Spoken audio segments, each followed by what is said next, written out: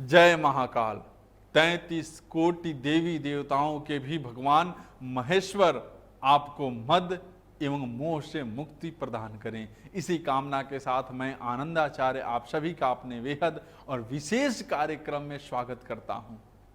दर्शकों, आज के इस कार्यक्रम के माध्यम से भी मैं आप सभी को विवाह के बारे में बताने वाला हूं।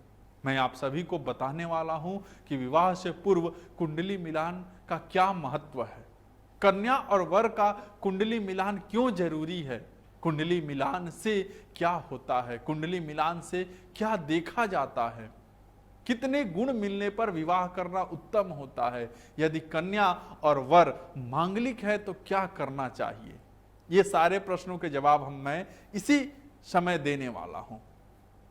दर्शकों, कुंडली मिलान की यह परंपरा सनातन काल से चली आ रही है। विवाह से पूर्व कुंडली मिलान करते समय अपने लोगों को यह कहते हुए सुना होगा कि शादी विवाह कोई गुड्डे गुड्डियों का खेल नहीं है। मनुष्य के जीवन में विवाह एक बार ही होता है, इसलिए लोग चाहते हैं कि उनकी जिंदगी में जो जीवन साथी आए वह सर्वगुण संपन्न हो। दर्शकों, विवाह दो लोगों के बीच का एक संबंध है जो आने वाले 7 जन्मों तक उन्हें एक दूसरे के साथ जोड़ देता है। विवाह चाहे लव हो या अरेंज, हमेशा कुछ संस्कार और परंपराएं ऐसी होती है जिनके पूरा होने के बाद ही विवाह कराया जाता है। उन्हीं परंपराओं और संस्कारों में सबसे महत्वपूर्ण होता है कुंडली मिलान करना। हमारे बड़े बुजुर्ग और कुछ अनुभवी लोगों के अनुसार दांपत्य जीवन खुशहाल रखें, इसके लिए विवाह से पूर्व कुंडली मिलान अत्यंत आवश्यक है। दर्शकों, आप सभी को भी ज्ञात होगा कि प्राचीन भारतीय संस्कृति में युवक युवतियों को विवाह पूर्व मिलने जुलने की अनुमति नहीं थी। माता पिता अच्छा वर और खानदान देखकर उसका विवाह कर दिया करते थे, लेकिन वर और कन्या की जन्म कुंडलियों का मिलान करवाना आवश्यक समझा जाता था। दर्शकों, समय के साथ साथ स्थितियां भी बदली।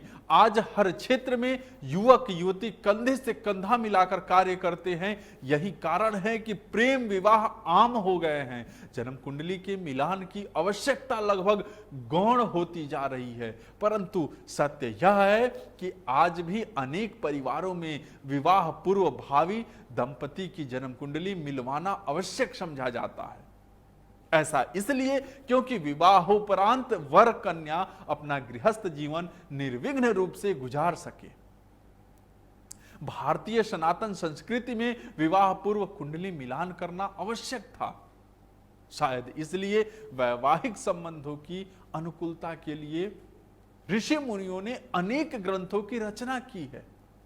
उन ग्रंथों में महर्षि वशिष्ठ, नारद और गर्ग आदि की संहिताएं, मुहूर्त, मार्तंड, मुहूर्त चिंतामणि और कुंडलियों में वर्ण, वश्य, तारा, योनि, राशि, गण, भटुक, नाड़ी आदि अष्टकूट दोष अर्थात 8 प्रकार के दोष का परिहार अत्यंत आवश्यक है। वर और कन्या की राशि अथवा नवमांशेष की मैत्री तथा राशियों नवमांशेष की एकता द्वारा नाड़ी दोष के अलावा शेष सभी दोषों का परिहार हो जाता है। इन सभी दोषों में नाड़ी दोष प्रमुख है। इसके परिहार के लिए आवश्यक है कि वर कन्या की राशि एक और नक्षत्र भिन्न भिन्न हो अथवा नक्षत्र एक और राशियां भिन्न भिन्न हो। दर्शकों, शास्त्रानुसार वर कन्या की विवाह के लिए 36 गुण में से कम 18.5 गुण अवश्य मिलने चाहिए। यदि कम से कम 18.5 गुण मिल भी जाए तो भी नाड़ी दोष का परिहार बहुत जरूरी है। यदि नाड़ी दोष का परिहार ना हो तो 28 गुणों के मिलने पर भी शास्त्र विवाह की अनुमति नहीं देता है। हाँ, बहुत आवश्यक हो तो 16 से कम गुणों और अष्टकूट दोषों के परिहार की स्थिति में भी कुछ उपायों से शांति करके विवाह किया जा सकता है। इस स्थिति में कन्या का नाम बदलकर मिलान को अनुकूल बनाना अशास्त्रीय है। दर्शकों, आज के लिए बस इतना ही।